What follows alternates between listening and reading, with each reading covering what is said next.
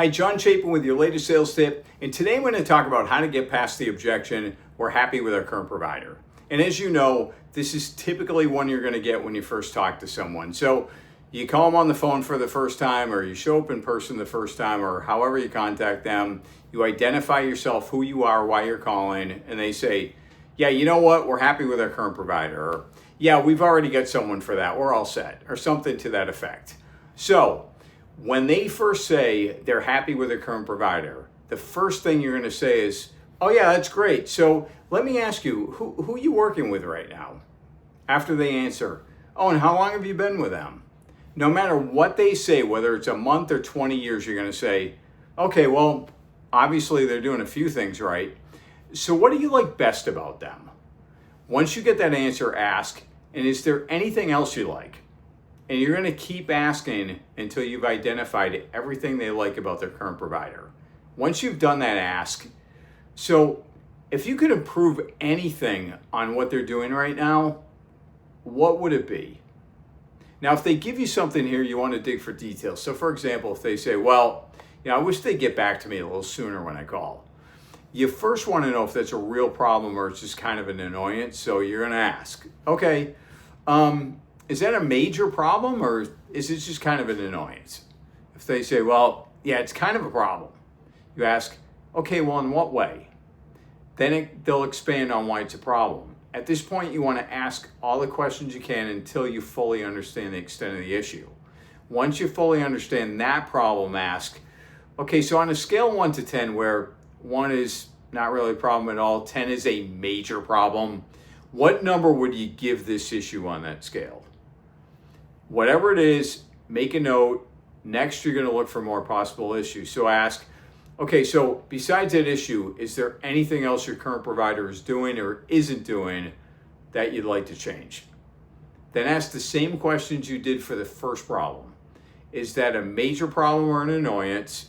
By the way, even if they say, it's just kind of an annoyance, you still want to ask in what way. So if they say, it's not a real big deal, it's just kind of an annoyance, you say, okay, well, how so?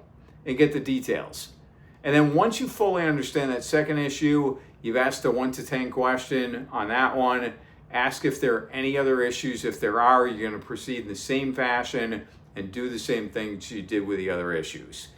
Once you uncover all the issues, even if it's just 1 or 2, now you want to find out what their preferences are with each issue. So back to the complaint about them not getting back to them soon enough.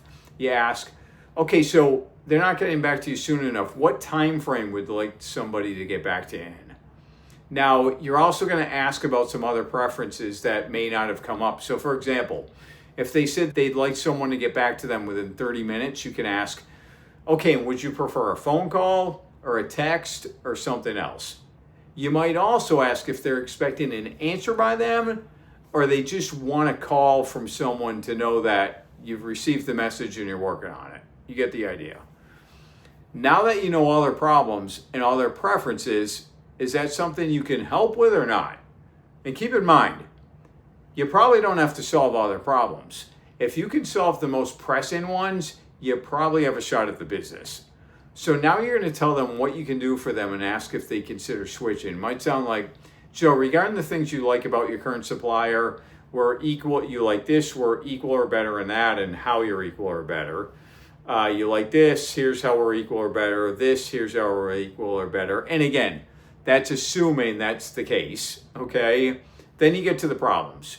Regarding your issues, we could definitely solve the first problem. We can respond within 30 minutes with a phone call. We can solve your third problem. We can get on site within 2 hours of a call. And your fourth problem, we can fix it right the first time. We can't do much with problem number 2, lower cost, or problem number 5, which is predicting what equipment will go down when. That said, is solving those 3 problems will be an equal or better in all the other areas enough for you to give a shot at the business?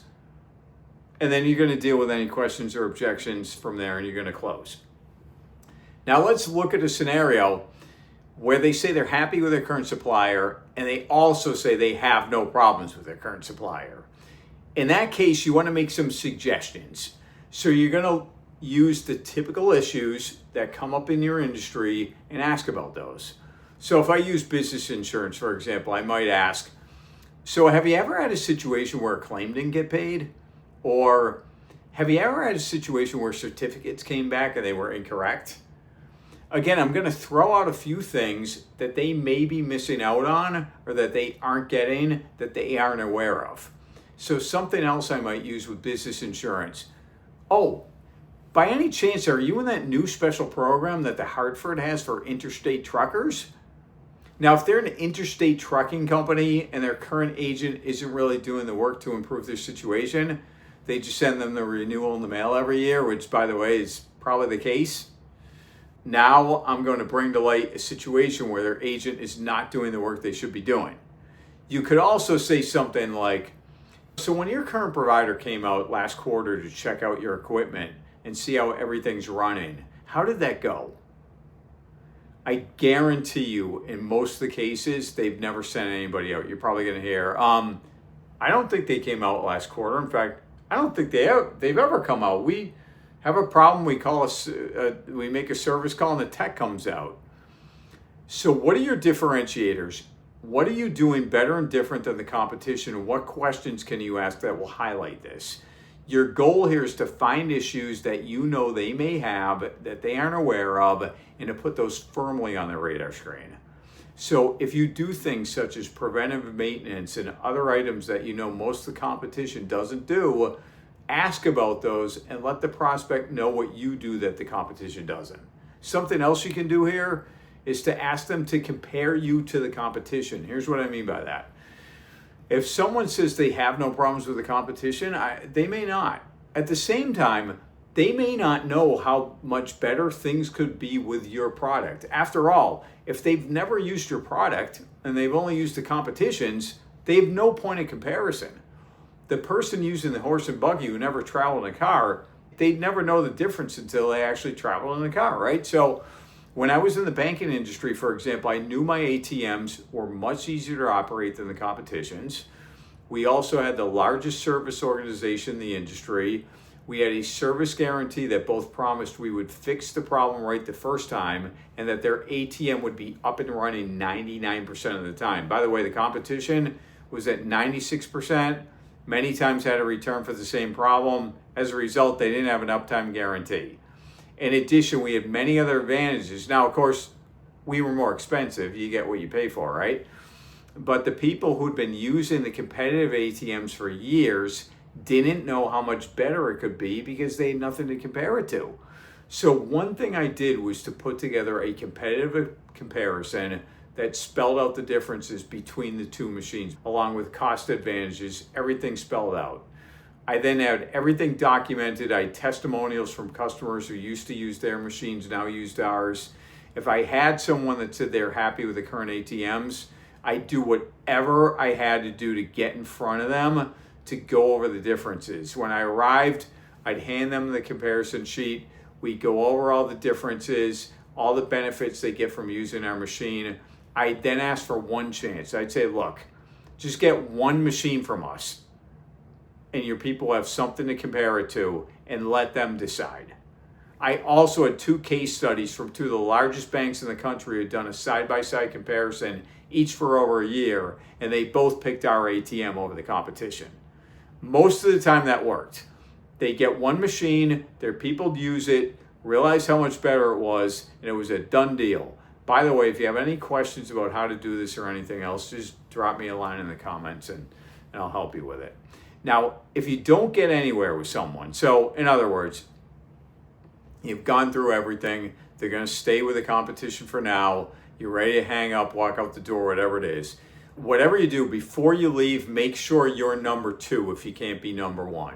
In other words, if the competition messes up, you want to get that call. So when the prospect wakes up one day, they decide they want to make a change, or the competition screws up, or the sales rep leaves or retires or something else happens, you want to make sure you get that call. So here's what you say before you leave. Joe, there's my card. If your current sales rep gets hit by a bus or runs off to the south of France and takes up painting, give me a call. They always laugh at that. Then ask, is it okay, by the way, if I touch base occasionally or send you something I think might be a benefit to you? Most people say yes. Also, if possible, you want to get them on your email list. But be careful with this. Don't email them more than once a month, and when you do email them, make sure it's something of value in the email. Don't just send emails that are, always selling something. Also, if you're an on-the-road salesperson, you can stop in quarterly or once every 6 months. If you're on the phone, maybe a phone call once a quarter. You can also send things in the mail too. Birthday cards, holiday cards work well in this case. You can also send flyers out, industry articles they might be interested in. The key is that if number one, their current provider does mess up, and they will, the prospect thinks of you immediately and they know how to get in touch with you. If you're number two in enough lines, you will get business every year from something happening with the competition.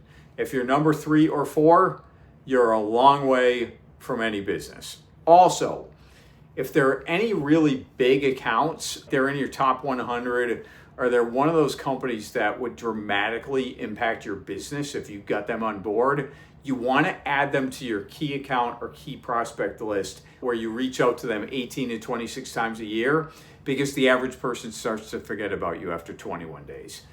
And not irritating contacts like, hey, just checking in, or hey, I know you're using the competition, but again, if you need anything, don't do that. Ideally, you want to provide value every time you contact them. One other thing that can happen with this objection is that someone may give you a really forceful, we're happy with our current supplier. And as soon as you jump in with, yeah, that's great, who, they interrupt you and they say, thanks for calling, we're all set. In this case, as quickly as you can, try to get the following words out of your mouth before they hang up. Look, my manager wants to make sure we're actually out making calls. So really quick, can I just ask who you're using right now? Okay, how long have you been using them? Then if they answer those 2 questions, bypass the next question about obviously they're doing something right and the good stuff. Go straight to the problem. So is everything perfect and exactly the way you'd like it, or would you change anything about what they're doing right now? If they continue to ask questions, just focus on the problem part of the relationship, find all the issues they have, and determine if you can solve those. If you can, let them know how you can solve their problems, and then ask if they'd be willing to give you a chance at the business from there. Something else regarding this. 2 cases in which you want to be really good at answering this objection. One is you have a limited geography and limited accounts. So for example, when I was in the banking business selling bank equipment, I had geographic territory which included 97 banks and credit unions. So if I walked into the first account and they said they were using the competition, I just said, okay, thanks, and walked out, I'm down to 96. If the next one said the same thing, I did the same thing, I'm down to 95, you see where this is going. So you want to get really good at this objection. The other scenario you want to be really good at answering this objection is if almost everyone you're calling on is already getting your product or service from someone. So for example, back to the business insurance, 95% or more of the businesses you're calling on would already have business insurance. If you're going to make a living, it's going to come from converting competitive accounts. Outside of those 2 scenarios, if you're not limited by geography and there are essentially thousands of opportunities to sell your product, if you get this objection, you can try to overcome it, but I wouldn't spend much time there. I'd spend more time just making calls to people you can talk to who aren't going to give you the objection up front. So, hope you enjoyed the video. Do me a favor and hit subscribe if you haven't already, and I'll see you on the next video.